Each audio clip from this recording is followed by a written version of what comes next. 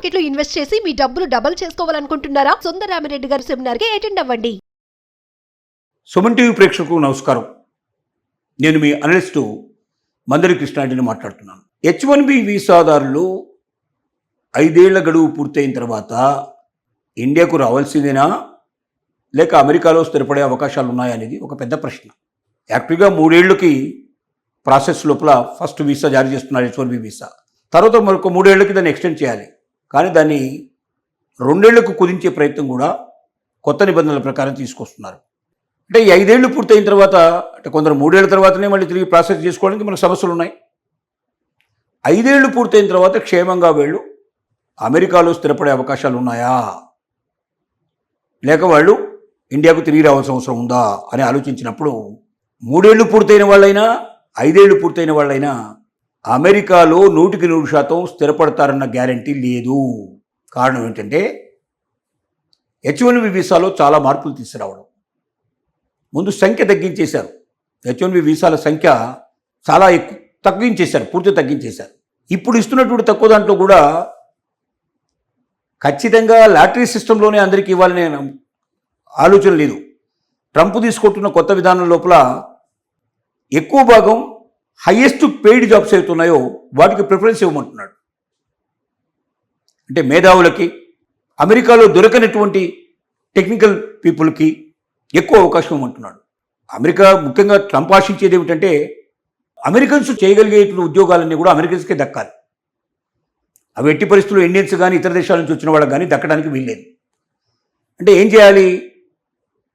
Americans చేయలేని పనులు మాత్రమే ఇతర దేశాల నుంచి తెచ్చుకొని వాళ్లకు మాత్రమే అవకాశాన్ని కల్పించి తద్వారా అమెరికాలో దొరికినటువంటి టెక్నికల్ ఏదైతే ఉందో టెక్నికల్గా ఏదైతే సామర్థ్యత ఉన్నటువంటి వ్యక్తులు లేరో దాన్ని తను ఫిల్ప్ చేసుకొని తమ కంపెనీలను అభివృద్ధి చేసుకోవాలి. ఇక అమెరికన్స్ చేయగలిగే పనులన్నీ కూడా అమెరికన్స్కి అప్పచెప్పాలి. అవుట్ సైడ్ తీసుకురావడానికి ఇప్పటిదాకా ఎందుకు అవుట్ సైడ్ తీసుకొస్తున్నారంటే అమెరికన్స్కి ఇచ్చేటువంటి జీతభత్యాలు చాలా ఎక్కువ. దాంతో పోలిస్తే 3-4 రెట్లు తక్కువ రేట్లో ఇండియన్స్ కానీ ఇతర దేశస్తులు కానీ లభ్యమవుతున్నారు. ఇంకోటి ఏమిటంటే ముఖ్యంగా అమెరికన్స్కు ఒబీడియన్స్ ఉండదు. వచ్చేటప్పుడు హాయ్ సార్ అంటారు, వెళ్ళేటప్పుడు బాయ్ సార్ అంటారు, అంతే. ఈ హాయ్ బాయ్ల వల్ల కన్నా ఇండియా నుంచి వచ్చిన వాళ్ళు కానీ ఇతర దేశాల నుంచి వచ్చిన వాళ్ళు కానీ సర్ అని పిలవడం, చాలా గౌరవనీయంగా వాళ్ళకి కనబడంగానే విష్ చేస్తూ వెళ్ళిపోయేటప్పుడు విష్ చేస్తూ ఉండడం, సమయానికి రావడమే కాకుండా అవసరమైతే ఎక్స్ట్రా టైమింగ్స్ లోపల పనిచేయడానికి సిద్ధపడడం, అలాగే సండేస్ హాలిడేస్లో కూడా పనిచేయడానికి సిద్ధపడడం, తక్కువ జీతానికి పనిచేయడానికి సిద్ధపడడం, ఎక్కువ సమయాన్ని గడపడానికి సిద్ధపడడం, ఎక్కువ ఒబీడియంట్గా ఉండడం, ఎక్కువ నిబద్ధత కలిగి ఉండటం, ఎక్కువ వర్క్మెన్షిప్ పర్ఫెక్ట్గా ఉండటం, వర్క్ కూడా చెప్పినట్టుగా చేసేసి అమలు చేసేటువంటి విధానం, ఇవన్నీ కూడా ఇండియన్స్ కానీ ఇతర దేశాల నుంచి వచ్చినటువంటి వలసదారుల దగ్గర మాత్రం కనబడుతున్నాయి తప్ప అమెరికాలో ఉండే పౌరుల దగ్గర కనబడటం లేదు. కాబట్టి అమెరికా పౌరుల్ని తీసుకోవడం కన్నా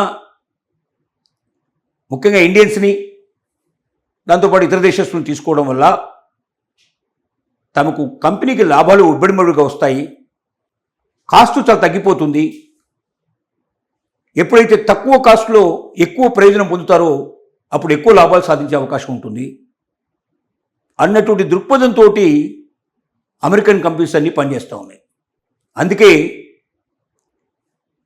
అమెరికన్స్ కన్నా వలసదారులను ఎక్కువ తీసుకోవడానికి సిద్ధపడడానికి కారణం ఇదే. ఇమిగ్రెంట్స్కి ఎక్కువ ప్రాముఖ్యత ఇవ్వడం కారణం ఇదే. ఈ ప్రాముఖ్యత ఎప్పుడైతే ఇచ్చారో అప్పుడు అమెరికన్స్కి ఉద్యోగాలు దొరకడం ఆగిపోయింది. ఉద్యోగాలు ఎప్పుడైతే దొరకలేదో వాళ్ళంతా ఒత్తిడి చేయడం మొదలుపెట్టారు. దాన్ని ఆసరాగా చేసుకొని డొనాల్డ్ ట్రంప్ రెండోసారి ఎలక్షన్లో పోటీ చేసినప్పుడు దీన్ని మేజర్ ఇష్యూ చేస్తూ అమెరికన్ ప్రజలకు పిలుపునిచ్చాడు. నన్ను ఈసారి మీరు ఎన్నిక చేస్తే మీకు మ్యాక్సిమం ఉద్యోగాలు ఇచ్చే ప్రయత్నం చేస్తాను, నిరుద్యోగ సమస్యను వీలైనంతవరకు తగ్గించే ప్రయత్నం చేస్తాను, వలసదారుని దేశం నుంచి పంపించే ప్రయత్నం చేస్తానని చెప్పి తను వాగ్దానం చేశాడు. ఆ వాగ్దానానికి అనుగుణంగానే H1B వీసాల లోపల వాళ్ళ మార్పు తీసుకురావడం కారణం అది. $1,00,000 ఫీజు అనేది దీంట్లో ప్రవేశపెట్టాడు. ఎవరికి $1,00,000 అంటున్నాడు అంటే కొత్తగా అప్లై చేసుకునే వాళ్ళకు మాత్రమే $1,00,000 అంటున్నాడు. ఆల్రెడీ H1B వీసా పూర్తయిపోయిన వాళ్ళు ఎవరుతున్నారో వాళ్ళు కట్టాల్సిన అవసరం లేదు, లేదా రెన్యువల్ తెలుసుకున్న వాళ్ళు కూడా కట్టాల్సిన అవసరం లేదు. వాళ్ళకి ఇక్కడ కంపెనీలు జాబ్ ఇవ్వడానికి సిద్ధపడితే. కానీ ఎవరైతే ఇప్పుడు కొత్తగా ఇతర దేశాల నుంచి, అమెరికా, ఇండియా నుంచి కానీ ఇతర దేశాల నుంచి కానీ వచ్చేవాళ్ళు $1,00,000 ఖచ్చితంగా కంపెనీ పే చేయడానికి సిద్ధపడాలి. ఈ కండిషనే చాలా కంపెనీలు పే చేయకుండానే సులభంగా దొరికే స్టూడెంట్స్ నుంచి దొరికే వాళ్ళు కానీ, లేకపోతే H1B వీసా నుంచి ఎవరైతే టర్మ్ పూర్తవుతుందో వాళ్ళని వెనక్కి తీసుకోవాలనేటువంటి కోరికలో చాలా కంపెనీలు ఉన్నాయి. అయితే మరి H1B వీసా లోపల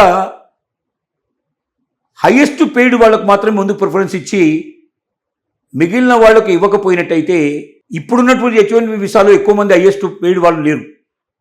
చాలా వరకు లో రేట్లో ఉండే $10,000 లోపల ఎక్కువగా సంపాదించే వాళ్ళు ఎక్కువగా ఉన్నారు.